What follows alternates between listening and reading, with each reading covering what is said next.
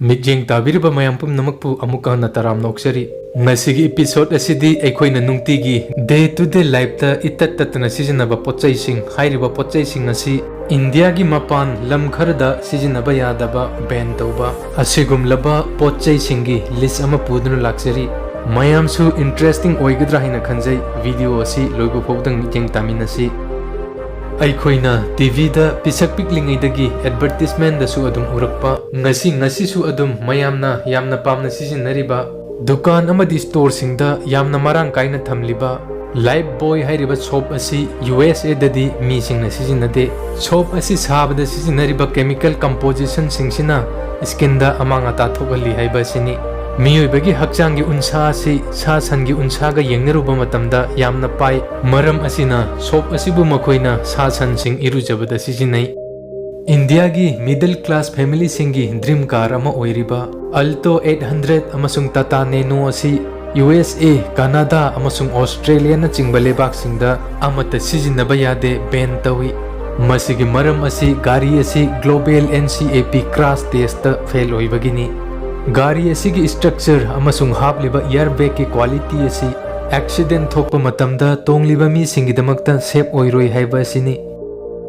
red Bull मयामनसु यामना पामना थकनरिबा एनर्जी ड्रिंक असि फ्रांस डेनमार्क अमदि लिथुएनिया हाइरिबा यूरोप की लेवाक सिंगसिदा चही 19 की मखागी अंगांगसिंगना सिजिनबा यादे यामना स्ट्रिक्ट ओइना थिंगी मसिदा टोरिन कोबा एमिनो एसिड की चांग यामना वांगना यावबना मसि सिजिनबा सिना हार्ट की प्रॉब्लम हाइपरटेंशन अमसुंग डिप्रेशन न चिंगबा साइड इफेक्ट कया लेहली हाइबा सिनी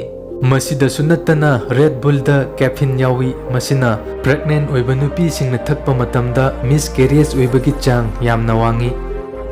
अंगांग सिंगना यामना पामनाबा येरुम मानबा मनुंगदा चॉकलेट संगोम अमसुंग सानापोट यावबा किंडर सरप्राइज असि अमेरिका दा योनबा यादे मसिगी सानापोट असि योनबसी अमेरिका की फूड अमसुंग ड्रग एडमिनिस्ट्रेशन न थिंगी मसिगी मरम असि अंगांग सिंगना सानापोट असिबु हांगतोकलगा चाबा मतमदा मनुंगदा यावबा किंडर सरप्राइज हाइरिबा सानापोट मचा असि अचापोट ओइरबोय खंदुना चासिल्लुबा मसिना अंगांगी खनावगी विन पाइप ता पंदुना सोर फुंदुना डॉक्टर दा पुखलकपा अंगांगी मसिंग यामना यामखलकपदगी अचापोट असिबु अमेरिका दा थिंखिबनी मतांग असिदा पनबा याबा अमना किंडर सरप्राइज हाइरिबा असिगा किंडर जॉयगा कितंग खेतनाबा लई किंडर जॉयदा एग असि हांगतोकपा मतमदा अचापोट यावबा नाकल अमा सानापोट यावबा नाकल अनि थोकना लई अदुबु किंडर सरप्राइज असिददी मसि पुलप पुन्ना यावी हंदकी असिसु अंगांगना यामना पांबा अचापोट मखल अमनी जेली स्वीट्स अचापोट असि अमेरिका कनाडा अमसुंग ऑस्ट्रेलिया न चिंगबा लेबाक सिंगदा यामना हक्चिन थिंगी मसी थिंगबगी मरम असि किंडर सरप्राइज का अदुम मानै मसिसु अंगांगना उम्बा मतमदा सिट नानबा फावी मसिना खनाउदा तासिनख्रगा विन पाइप ता ब्लॉक तौबा याबगी ओइथोकपा लई मरम असिना लेबाक सिंग असिदा जेली स्वीट असि थिंगलिबनी अइखोइना कोक चिकपा मतमदा सिजिनबा फार्मेसी सिंगदा यामना लाइन फंगबा टेबलेट डिस्प्रिन हाइरिबा असि अमेरिका फ्रांस अमदि ऑस्ट्रेलिया न चिंगबा लेबाक सिंगदा सिजिनबा यादे हाइरिबा लेबाक सिंग असिगी डॉक्टर सिंगी मतुंग इन्ना डिस्प्रिन सिजिनबना लिवर अमसुंग ब्रेन सोखल्ली मसिना सिजिनरिबा मिगी पुंसी अदु खुदोंथिबा थोकपा याय हाइबा सिनी टेबलेट असि 2002 दा US गवर्नमेंट सेफ्टी अथॉरिटी ना चही 13 की मखागी अंगांगना चाबदा अथिंगबा थमख्रबनी मसिगी मतुंगदा मी खुदिंगमकना टेबलेट असि मथंग चाबा तोकनखिबदगी पुलप ओइना लेपखिबनी अइखोइना लोक थुंगबा मतमदा नातोंदा अमसुंग नक्समदा यामना तोइना तैरिबा विक्स वेफोरअप असि अमेरिका अमसुंग यूरोप कंट्री सिंगददी अमता सिजिनबा यादे वर्ल्ड हेल्थ ऑर्गेनाइजेशन की मतुंग इन्ना मसि सिजिनबा असिना आजमा अमसुंग टीबी न चिंगबा सोर होनबगा मरी लेनबा लेना कया थोगनबा याय हेबा सिनी इंडिया दा मयामना यामना पामना चानरिबा समोसा असि सोमालिया हाइरिबा लेबाक असिदा इस्लामिक फाइटर मिलिटेंट ग्रुप ना यामना स्ट्रिक्ट ओइना बैन तवी मसिगी मरम असि समोसा हाइरिबा चिंजाक असि वेस्टर्न गी हाइबदी क्रिस्टियन गी चिंजाक नि हाइबा सिनी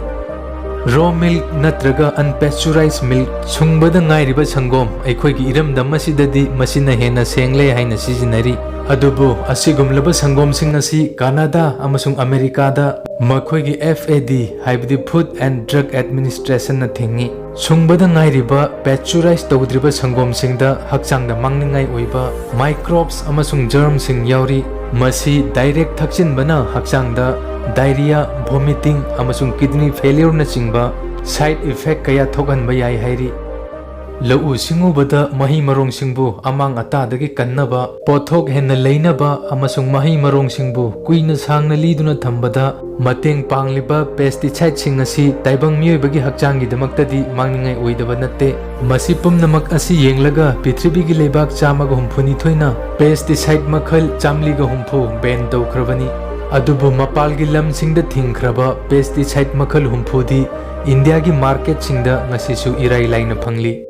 Nimulit hairiba tablet makhal asisu prithibigi lebak ayamba USA, UK, Canada, Australia, New Zealand, Japan hairiba lebak singchina masigi hidaki side effect singbu yenglaga sijinanabagi damakta approve sungtok tawkhidraba tablet ni mathakta panjakhriba pochak sing asi aikhoigi iramdam asidadi ngasisu chingnaba leitana sijinari hairiba pochai sing asi somgi yumda leibibasu sungsoi suidana yaubiramgani matang asida marup mayamgi kari mot leibibagi haibadusu phongdok piraku video asibu nungai biragadi like share amasung subscribe tawbasu kaubiganu